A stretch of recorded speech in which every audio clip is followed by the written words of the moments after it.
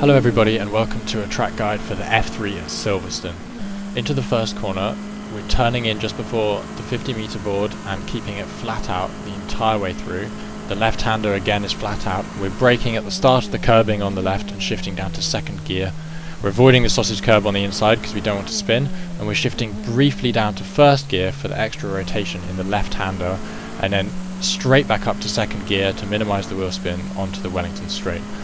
We're shifting up through the gears for the Wellington straight, and we're aiming for the 50-meter board at the end of the straight for where we spot our braking zone. Now we're braking and turning left to keep the line shallow through the left-hander here, shifting down to third and then down to second for the right-hander of Luffield, getting the late apex and as a result the faster exit speed, which means we can carry more speed down this straight towards Copse.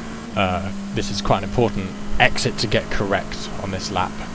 And now at the 50-meter board we're jumping off the accelerator very briefly and turning into the corner. It's almost flat out, but the F3 car doesn't have quite enough downforce to do that.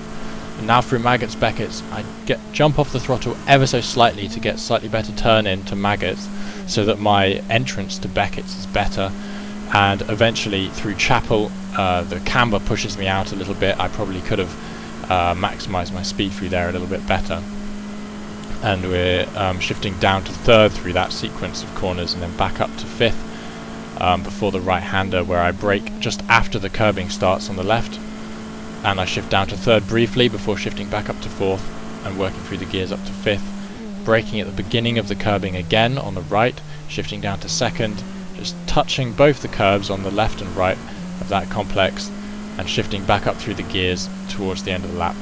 And that completes the track guide for Silverstone in the F3. I hope that was helpful.